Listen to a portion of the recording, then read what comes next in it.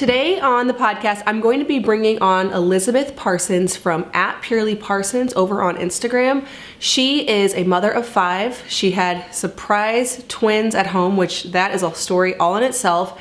We're going to talk about natural living and getting started with it. Where should you begin? What resources? Where did we begin? We're just going to chat about that because we're both over a decade into our journey with natural living. And I know a lot of you ask me, well, where would you even start? This is all very overwhelming. I need to figure out where to even begin. So we're going to dive into all of that. My name is Lisa, mother of 7 and creator of the blog and YouTube channel Farmhouse on Boone. Join me as I share with you my love for creating a handmade home from scratch cooking and a little mom and entrepreneur life along the way.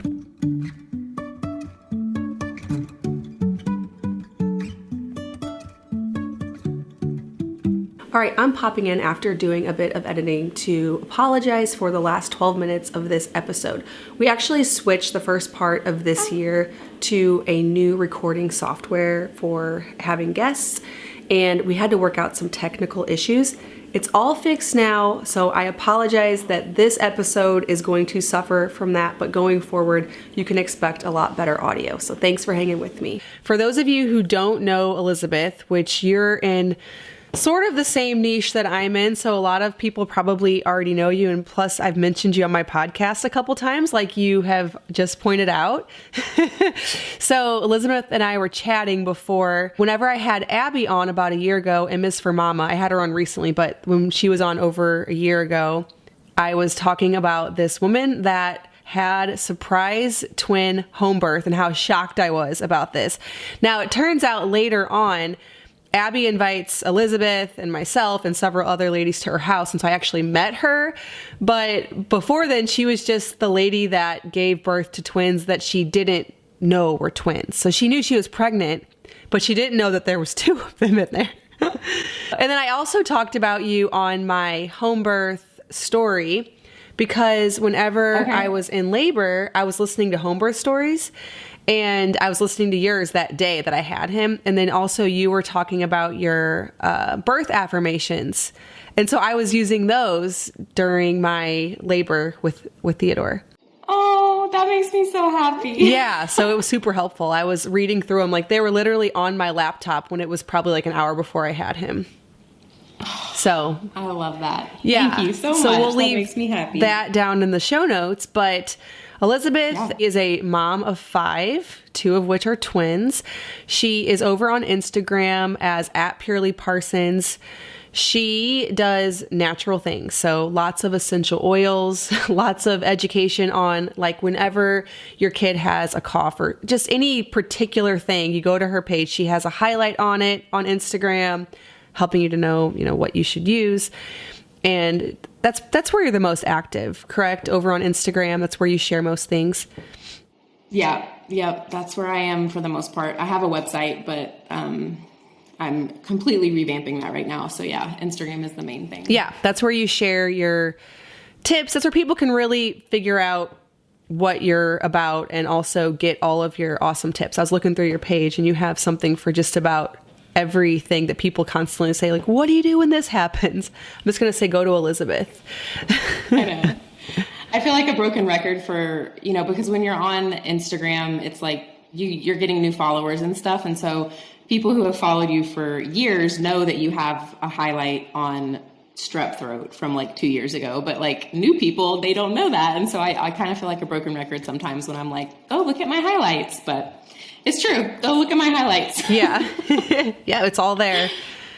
So first question on the list of questions for you is what got you started into some of the things that you know and digging and learning, and what was the catalyst for that?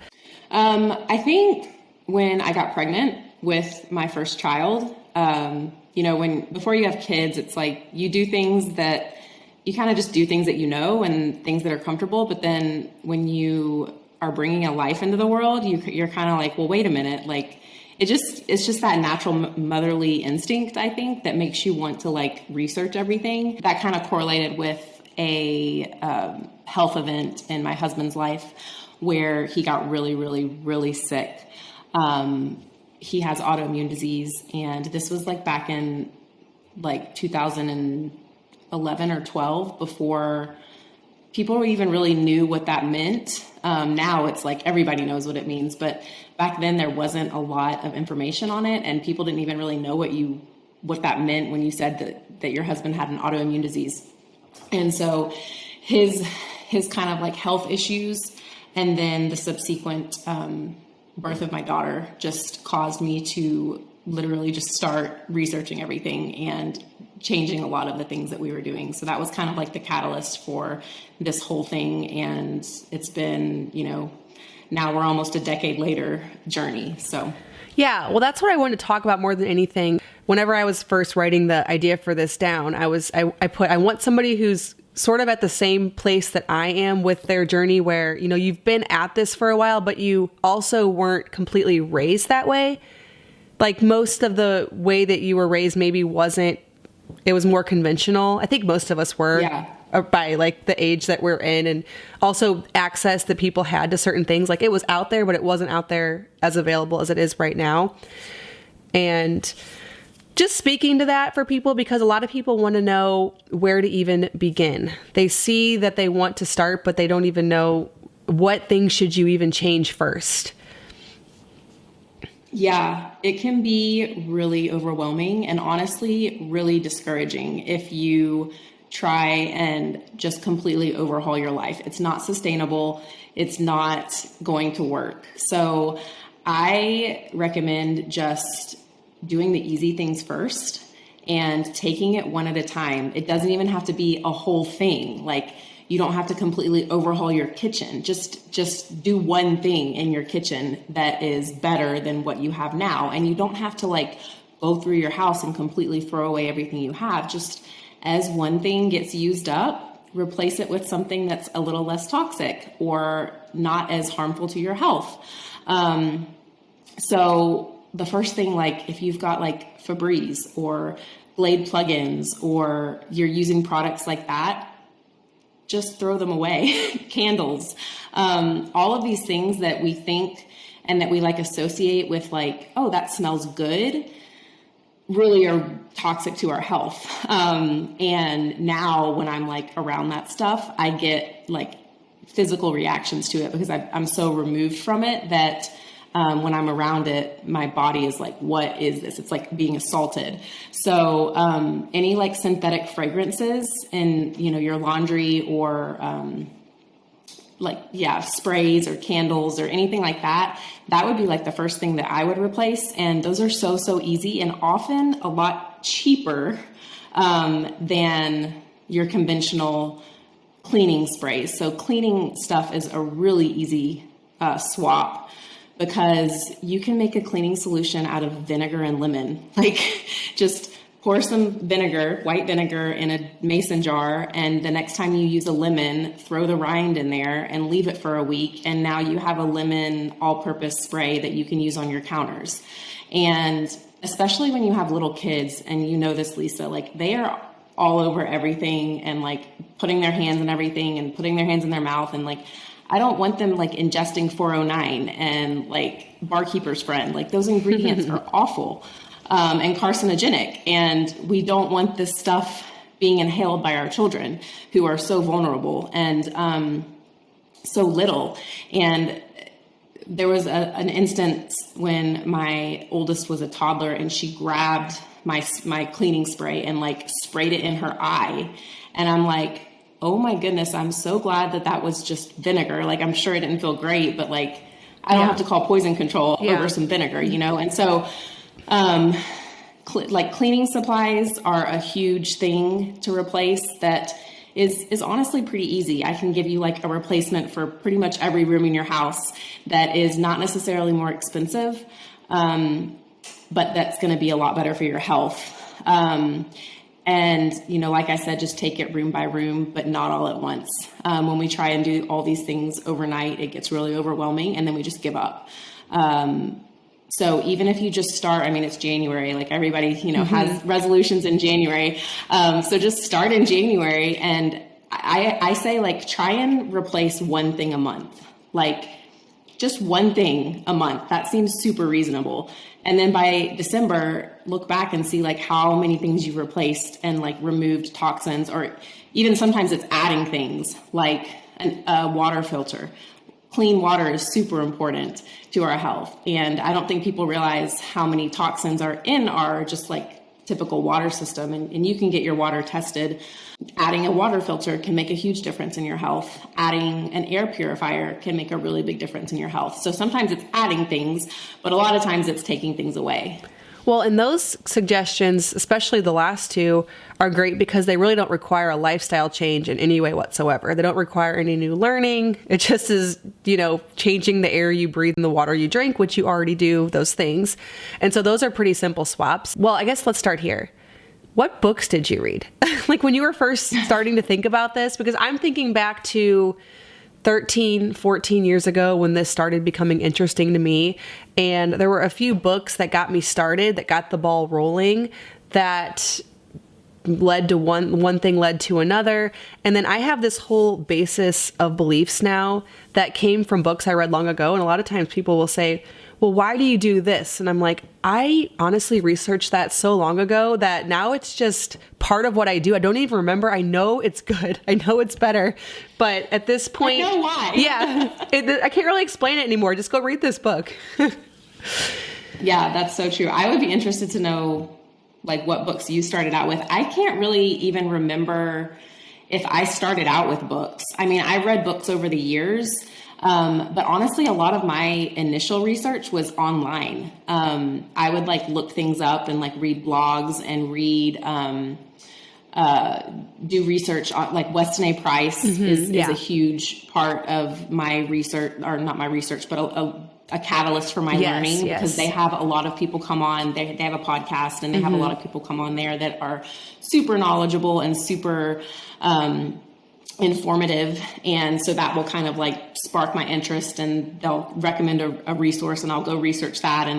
And, the first thing that I remember researching was childbirth, and I could talk childbirth all day long, but Ina May Gaskin's, childbirth book was a really big thing. And then also Redeeming Childbirth from Angie Tolpin. So those two books I do remember reading about birth specifically. And another person that I don't even know if she's like active anymore. I think she is on Instagram, but do you know who Mama Natural is? Oh yeah. Oh my gosh. So long before I had a blog, long before I had a YouTube channel, I was watching Genevieve. Genevieve, way back. Yes. I used to watch her YouTube videos. Same. Like, I was like, yep. Long before I ever even thought about starting a YouTube, I was watching her. Yes, me too. So I would like sit and like binge watch her videos and read. Loved them. Anytime I needed like a recipe for something or a more natural alternative something, I would type in, like I would Google search Mama Natural, whatever I was looking for. Yeah. And she usually had it. Like her website is super user friendly. Yes.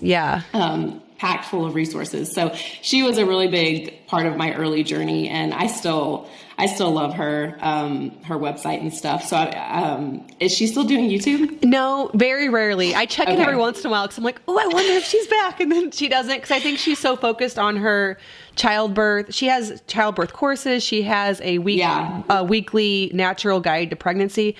And so I should get her on the podcast. I hadn't thought about that. I don't know if I could or not, but I know she moved. They lived in Chicago. Yeah, they moved down to Florida. I know all about it. Yeah. Okay. We can geek out over her together. We could. Yeah. Yep. Her. And then there's several older bloggers that no longer blog anymore that got me started a little bit. And then also Wellness Mama. She's still huge, obviously. Wellness Mama, Mommypotamus. Yep, Mommypotamus. Yep. Those are all the ones I read long before I even thought about starting a blog. And so, I was thinking, no, mine started with books because the, internet wasn't as big whenever I was first a young mom, but there was a couple of books, but there also were bloggers. Now that you're mentioning it, there were lots of those. But the first book that I read was a book called What the Bible Says About Natural Living. Some of the things that he wrote about in that book, I no longer it needed a little bit of refining. Like whole grains were huge in that book, but not fermenting them or souring them in any way like Weston Price would recommend for a traditional type of diet. But the basics were there. What it taught me which was a great place to start, was just cook from scratch. It doesn't even have to be, avoid this thing, avoid that. It was just use honey, use oats, use wheat, use what meat. God gave us. Yeah, just regular whole things, the ingredients, not the meals, all separated out in ingredients. And so even though now it's like, okay, well, maybe less honey, maybe soak and ferment the grains, maybe add in some fermented foods, just the basic of make real food was what I learned from that book back whenever, I was not even a mom yet. And that is what I built off of. But then, I started getting into nourishing traditions type stuff after that. And that opened a lot of doors. Yeah. Yeah. And for me, I don't know about you, but I did not grow up.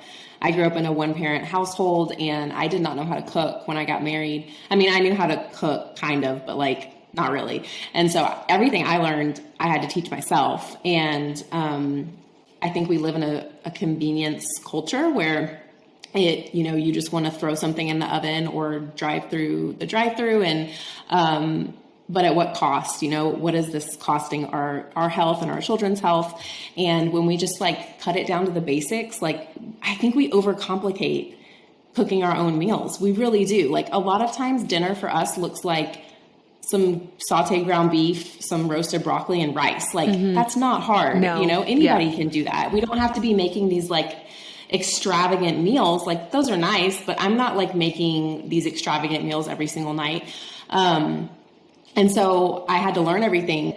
My website says back to God's design for health is kind of our tagline. Yeah. And so everything in life, it's okay, well, how did the Lord design us to consume this? So with milk, how did God design milk, cow to come from a cow? If we're talking about cow's milk, he didn't design milk to be pasteurized and homogenized and taking out all of these necessary nutrients and beneficial nutrients. But we as a culture, as a society, have come to that point because of the practices that we have and because of, why conventional milk is done the way it's done.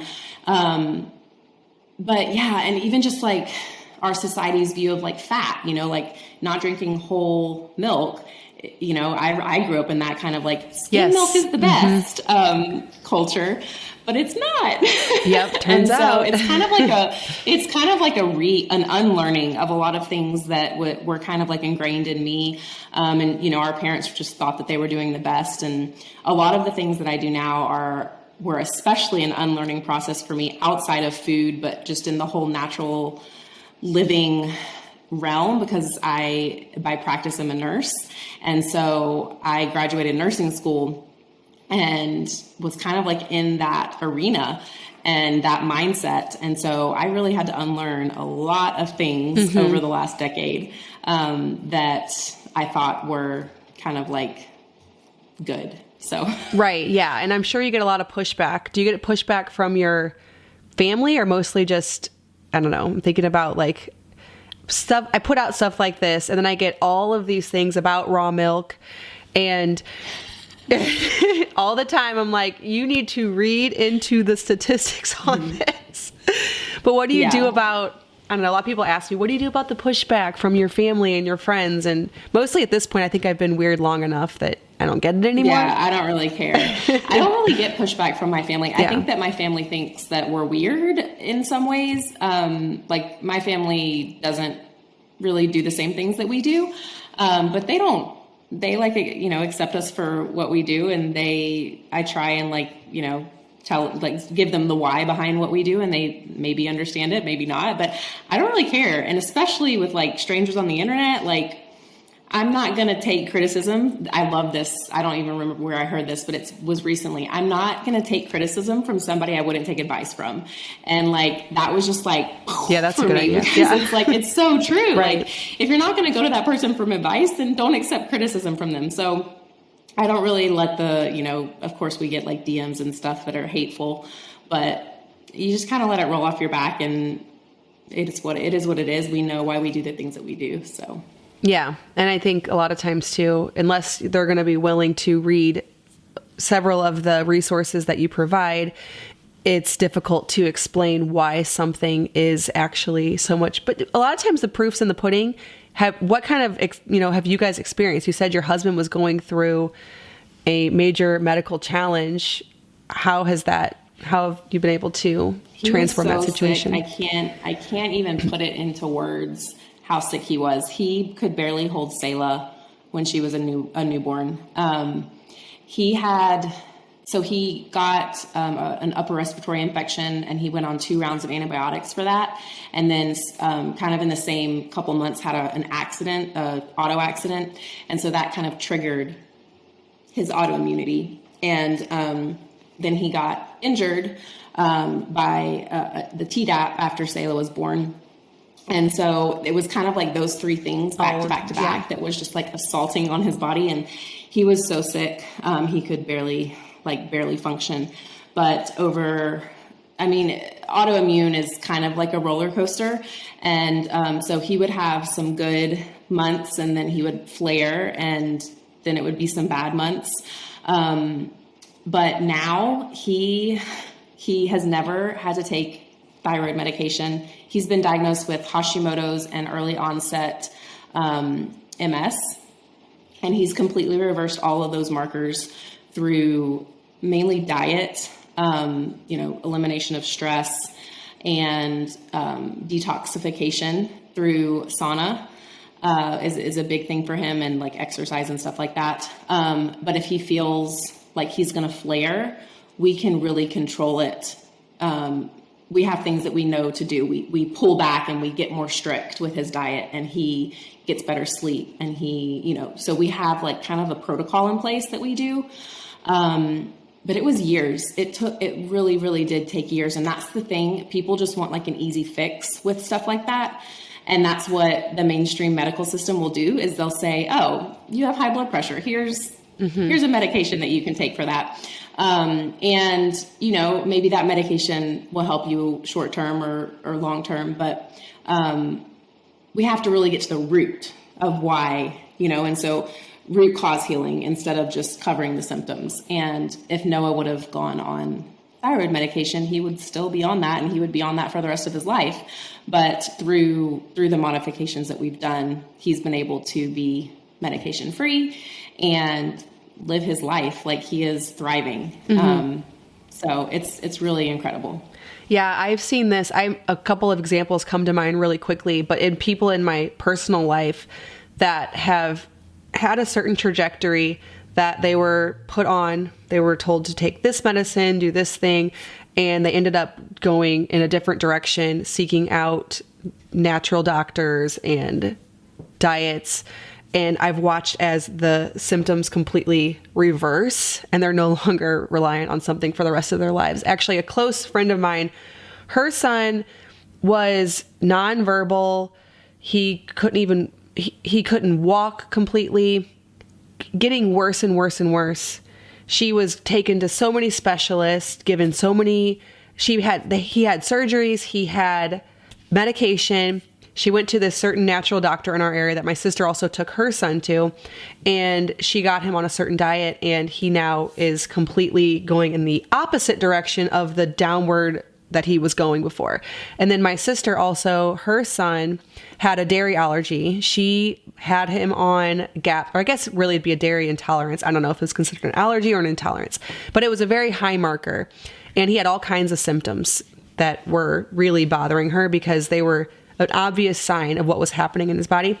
And she did the GAPS diet for 2 years with him, and he has no markers. He can eat anything he wants. He's completely fine. And so, yeah, I guess once you've seen this a couple of times in your own life, several examples, it does make you want to dig deeper and research further and keep learning and keep, going down this path of learning natural things. And it's amazing how much of our immunity is in our gut. Like the GAPS diet, it's designed to heal the gut. Noah was on that as well for a certain time. And he had his leaky gut was out of control. And when you give the gut time to heal, then you can reintroduce these foods and your body doesn't react in the same way because those food proteins aren't leaking out into your body where they're not supposed to be. And so that's why another thing I'm super passionate about is baby food, and properly introducing solids to our babies. Rice pudding or rice cereal at 4 months old is such an outdated practice. Please don't give your baby rice cereal at 4 months old. Their digestive systems are not ready for solids until usually around 6 months, sometimes much later. So I have like I did a whole series on baby food on my Instagram. Things like that, it sounds dramatic, but like that can really set your baby up for life, like for a healthier, having a healthy gut from the beginning. And even just like, when they're first born, like not pumping them with certain like antibiotics or like unnecessary procedures and things like that. So what about in the kitchen? What was your first, you talked a little bit about baby food, and which, by the way, do they still recommend rice cereal at 4 months? Is that still a thing? They did when my oldest was a baby, but I don't check in much with the others. I've had enough people say that they do. Their pediatrician was like, yeah, just give him some rice cereal. Like, yeah. Okay. Cause I did that with my firstborn and that's it. After that, I learned. And so I never did it again after that. But what about for people who want to start? We already talked about just getting real natural ingredients and starting there and cooking simple meals. Like you said, just meat and vegetables. Doesn't have to be something fancy. It doesn't have to be a recipe. What about things like fermenting foods? Have you explored into that in your kitchen? Yeah, we do. I could honestly do a lot more fermenting, but we have sauerkraut on a daily, pretty much daily basis. Sauerkraut is super easy to make. I always tell people, just start with sauerkraut. You don't even have to go beyond that. It's fine. Don't even ever go beyond it. Yeah, it's so easy. You really can't mess it up. No. And so we always have sauerkraut and we put it on salads every day. We pair it with certain foods. It's really good on cod. I don't know if you've ever had sauerkraut on cod. I haven't. We never make cod, but I should try that. Oh, it's so good. And we did sourdough. And we did kombucha for a little while, but we cut that just because of it was a lot of sugar and like I wasn't drinking a ton of it. And so we didn't see the need to like have it all the time. Yeah. We do some fermenting. Yeah. For me, I always tell people sauerkraut and kefir. If you're totally overwhelmed, you do not know where to start, just start with those two because you can get probiotics all day long and those two will be really simple. It's seriously cabbage and salt. And then as far as kefir goes, it's kefir grains and milk. Strain it off. It's the easiest thing ever. Or even just like making your own yogurt at home is like super easy. That was one of the first things I learned how to do. If you don't have an Instant Pot, like I highly recommend getting one or two of those. You definitely need an Instant Pot is bone broth and yogurt. Yeah, bone broth and yogurt because it's so easy. It's so easy to make yogurt and you get so much of it and it's so cheap to make your own yogurt. Yeah, it is. I find that it's a few more steps than kefir, which is why I make kefir more often than yogurt because, you have to keep it's really not hard once you have the Instant Pot, but you have to keep the yogurt at a certain temperature. The kefir is seriously just put milk on kefir grains. That's, that's all it is. And so to me, I'm going to have to try that. I've never tried to make kefir before, but you're inspiring me. It's just it's easier than yogurt. That's the thing. It's not that I'm like, I'm kefir so much better than yogurt. It's just that it's actually easier. So where do you get your kefir grains? Well, I bought them like 11, 12 years ago and they multiply. So I've never rebought them. Okay. Yeah. I can mail you some.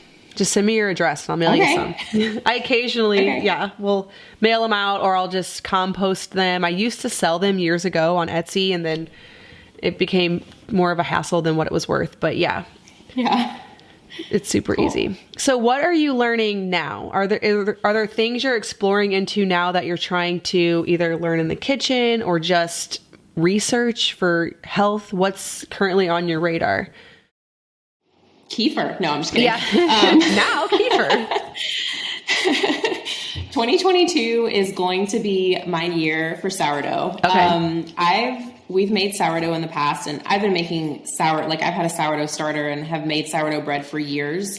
But I think the grains that we use, they're a little bit more dense. And so I've never been able to perfect that like fluffy, like true sourdough. And I've never really done it with like the proper tools. So I ordered everything. I've got my lame, I've got my proofing baskets, I've got my Dutch oven. So I'm going to learn how to do sourdough properly in 2022. Okay.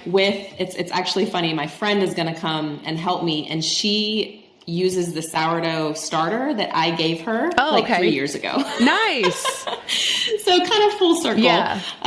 Because we would make sourdough bread, we would make it, and it was fine. It tasted fine, but it was more like loaf bread. It wasn't really like the true sourdough, like airy, light. So sourdough is one thing that I really want to learn to perfect. And then I really want to get more into, so we're having, we just moved onto a different homestead, and we had a sauna at our old one that we had built. We did like a traditional Swedish sauna, and with like cedar wood, and it was beautiful. Cool. So, but it was built into a like cement platform or whatever, so we couldn't bring it with us. Yeah. So we're having another one built here because, like I said, saunaing is a huge part of my husband's detoxing process. And so now that I am not pregnant and not in like the new stages of breastfeeding, I really want to get into like a regular sauna routine. Okay. Because when we were at the other property, I was like pregnant for the most part, or like had newborn twins, and I was just even to get like 10 minutes away, it was like impossible. So I'm really excited to get into like a regular sauna routine and cold therapy, like go straight from sauna to a cold shower. If you research the benefits of cold therapy, it's pretty incredible. So I've really only ever read about it on Wellness Mama, but I've never tried it. Okay. It's really hard. And I'm sure it sounds simply dreadful. I'm sorry.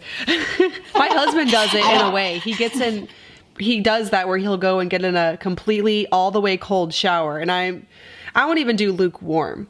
So yeah, no, that's what I'm talking. I don't do like the cold plunges yet. I don't have somewhere where I could do cold plunges, which I know people that do, and that has a lot of good benefits too. But yeah, I just do a cold shower after a sauna, and it's really uncomfortable. Yeah, that sounds horrible. I don't think I can take it. Yeah. So building the sauna, sourdough bread, light and fluffy. Are you talking about like the Instagram loaves that have the design in them? Yeah. And all of that. Yeah. Yeah. Because I think, so we use emmer berries. Okay. And we use more like traditional grains, as opposed to like the all-purpose organic flour. And I think that's been our problem, but my husband handles the traditional grains a little bit better. Yeah.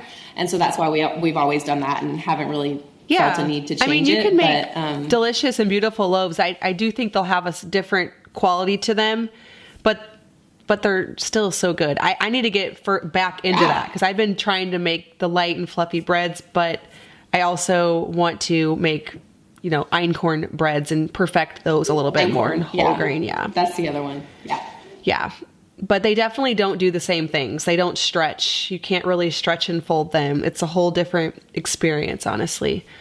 For a long time, I thought it was me. I was like, what am I doing? No. Like, what am I doing wrong? But yeah, I do think it was just the flour. It's that, and it even helps to add in the bread flour, which is even more gluten and worse for you. But that is what will give it that big stretch and the big holes and all of that. So yeah, I need to work on it too, but I'm really not sure if it's something you actually can achieve or not, to be honest. Yeah. Yeah. Good bread, but not necessarily, the big airy holes. So I get that question all the time. That is something we want there to be, it's extremely healthy and also light, fluffy. I don't know if it's a thing. I'll let everybody know if it is, though. Oh, one other thing I wanted to ask you was, what do you keep on hand? So you're really into essential oils. I saw that you recently got founder for doTERRA, which is super exciting.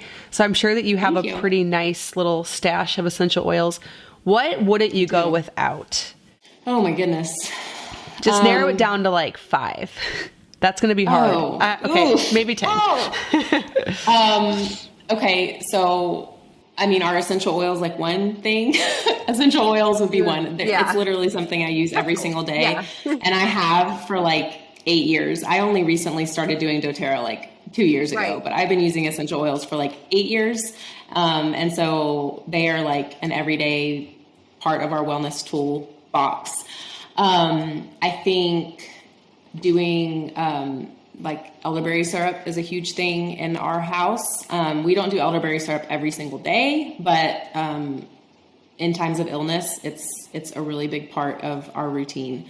What do I always keep on hand? There's honestly, I don't really give my kids a bunch of stuff every single day. I think we just focus mainly on like getting things through our diet. But this isn't really something I keep on hand, but I would say is a big part of our routine is trying to get into the sun. The sun is our friend. And so I guess just getting that vitamin D, that natural vitamin D on a daily basis is huge for us. How cold does it get down there in Texas? Are you guys cold? It was like 22. It was like 22 this morning. I didn't realize it got that cold. Okay. It does. We were in the 70s like 2 days ago. Okay. And it gets a little bit warmer the rest of the week. That was definitely a cold dip for us, but we get pretty chilly in the winter, but we still usually have sun. It's not like, I mean, we used to live in Missouri, very close to where you are. And, it was not like, we called it misery because it's just like gray and misty. And I'm just like, I need the sun. Yeah, that's true. So, it's a little bit easier for us down here in Texas, but that's why we live here. Right. And we love it. We love it so much. I think natural, like having like natural beauty products, like things, that's one thing that people don't really think about. The things that we're putting on our skin, the lotions that we're using, the deodorants that we're using, that we're putting like on very sensitive parts of our body. We really want to be reading those ingredient labels. And if we can't recognize some of that stuff, we need to like be like, okay, well, what are these things? Because usually they're synthetic chemicals that are designed, created to alter or to mimic something that's already in creation, that's already been given to us. Yeah. So usually there's a more natural alternative to that. Earthly is a company that I really, really love for like natural beauty and supplement products. Like they have a really good lotion that's super clean. Like you can understand all of the ingredients that are in their products. So a lot of the stuff that I give my kids is earthly. There's one thing that I would not ever live without is called Good Night Lotion. Okay. It's a magnesium rub. Oh. And so like my kids, if they're having like growing pains, I will rub that on their calves. Or if there's a night where I just want them to get like really good solid sleep, I'll rub that into their bellies. I need to get this. Is it from Earthly? It's from Earthly. Okay. It's called Good Night Lotion. So it's like magnesium flakes with some carrier oil. When I was pregnant, it was huge for my like pregnancy, like Charlie horses. So that's a product that I don't think I could live without. So yeah, and I'm sure I'm like forgetting about. Well, what about with oil? Olive oil. Oh yeah. That's always a good. Do you use that for carrier oil?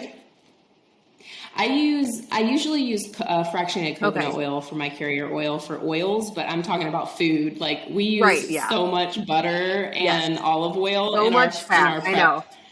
So much fat. I shared a post the other day on rendering lard in my kitchen because from a local. Oh no. Yeah. Well, actually wasn't bad. I only got. Well, really? Not really. I mean, maybe I didn't read all my DMs. But I did get one DM from a nurse who said, as a nurse, this looks like a heart attack waiting to happen. I'm like, uh-oh, outdated science, lady. You have not been reading up on your current science. We had some bacon fat on our counter the other day, and my daughter comes up and she was like, "Ooh, mommy, can I have some of that ice cream?" And I'm like, "That's not ice cream." Yeah. You don't want to dip your finger into that and try it, because we always have our butter dish like out on the counter, right, so it's like room temperature. Yeah. That is like a tip. Maybe people don't know this. If you are using butter in the refrigerator, like put that thing on a Pyrex and stick it on your counter, and it makes cooking, like slathering pans and cooking with it, so much easier. And fat doesn't mold. It doesn't go bad as long as it's fully fat. So because people wonder that too, and we're just so far removed, I think, from old ways. Everybody used to leave their butter out. That was what we did. But now we don't, we're far removed from the process of butter and knowing that fat preserves things. It doesn't go bad. And we have to. Well, and even just like God's design, again, back to that, like our eggs that we get from our chickens, we leave those out on the counter and we don't put those in the refrigerator. But it's because the way that they're designed, they have a self-preserving quality until you wash that bloom off in the sink. Then you have to put them in the refrigerator because that coating is gone. So it's just super interesting. Yeah, it is. They're naturally preserved. Yeah, I really weird people out too when I put raw egg yolks in my mayo. Every time I share that, people are... I just shared that the other day. You can eat raw eggs? Yes, you can. Yeah. Totally fine. Totally good for you. Homemade mayo is so easy, and that's like another thing. It's it's so easy to make, it saves you so much money, because like clean mayonnaise like is paleo like mayo at least or whatever. $6. Yes, it's like at least $6 a thing, and it's still got like preservatives and stuff in it. So it's easy. Crazy. Yeah, crazy. I think the point is start slow. Maybe this year for 2022, make a list of the things that you would like to work on. Add a couple of things, 1 or 2 things to each month. Take it slow. The best thing you can do if you are like, okay, fermenting, essential oils, all of these things, just start by changing your food to real food. That is not a hard swap to make, honestly, because you can make everything just using the ingredients and not the prepackaged stuff. Yeah, and even if it's something where you can't afford to buy organic, getting non-organic produce and eating produce is better than getting prepackaged frankenfood, is what I like to call it. It's still better than the prepackaged stuff that's got a bunch of preservatives and chemicals. And I found out the hard way that I was allergic to MSG, which is in literally everything. And so, just take it one thing at a time. Like, make your own bone broth. That's super easy. It's just I know, throw it in there, put some water in it. It's once you get used to a lot of these things, it just is as easy as throwing a pizza in the oven, honestly. Yeah, it really is. It really is.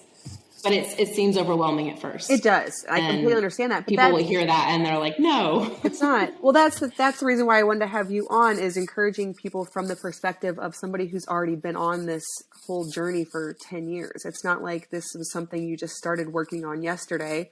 When you first had your child, I'm sure you did all kinds of things that now you're like, what was I doing? I have definitely a whole long list of things. And then each year I learn a little bit more. Like we were talking about the Instagram sourdough breads. I just, in the last 2 years, learned how to do that. I'd been, just like you, baking sourdough forever. And I wanted to have a little pretty loaf with a design in it. I never knew how to do that. I just kept it really basic. And so just learning a bit each year has made it to where you are now able to, with confidence, do a lot of things that before you couldn't. Like, we could go on and on for way too long. We need to wrap it up here. But the confidence that you have now when your child wakes up in the middle of the night with a certain something, to grab a certain oil and go over and feel like you don't need to, consult Dr. Google and rush off to the ER. You have that confidence now to know, when is this serious? What can I use? It really does evolve over time. It truly does. And people always tell me like, well, it's easy for you because you are a nurse. And I don't think that that's true, because everything that I've learned in my motherhood has not been something that I learned in nursing school. Maybe certain instincts and more so along the emergency line. But like, everything I've learned has been on my own and with my own experience. And I had an instance where somebody, a close friend of mine, hit a deer on their way to my house the other day, and she was like asking for ibuprofen. I don't have ibuprofen in my house. We don't have ibuprofen. We don't have Tylenol. I gave maybe Selah was the last baby that I gave ibuprofen to. And so. Is that your first? We didn't have it. Yeah. Yeah. I gave my friend, it's leafy. It's turmeric and ginger. It's like a little tonic. And I gave her some turmeric pills, and, she said it helped. And some arnica. That's another thing. Homeopathy. I didn't even mention that. Oh my goodness. I know, like I said, we could go into birth. We could really go into birth. We could go into that. Yes, we could. Yeah, there's a lot of stuff.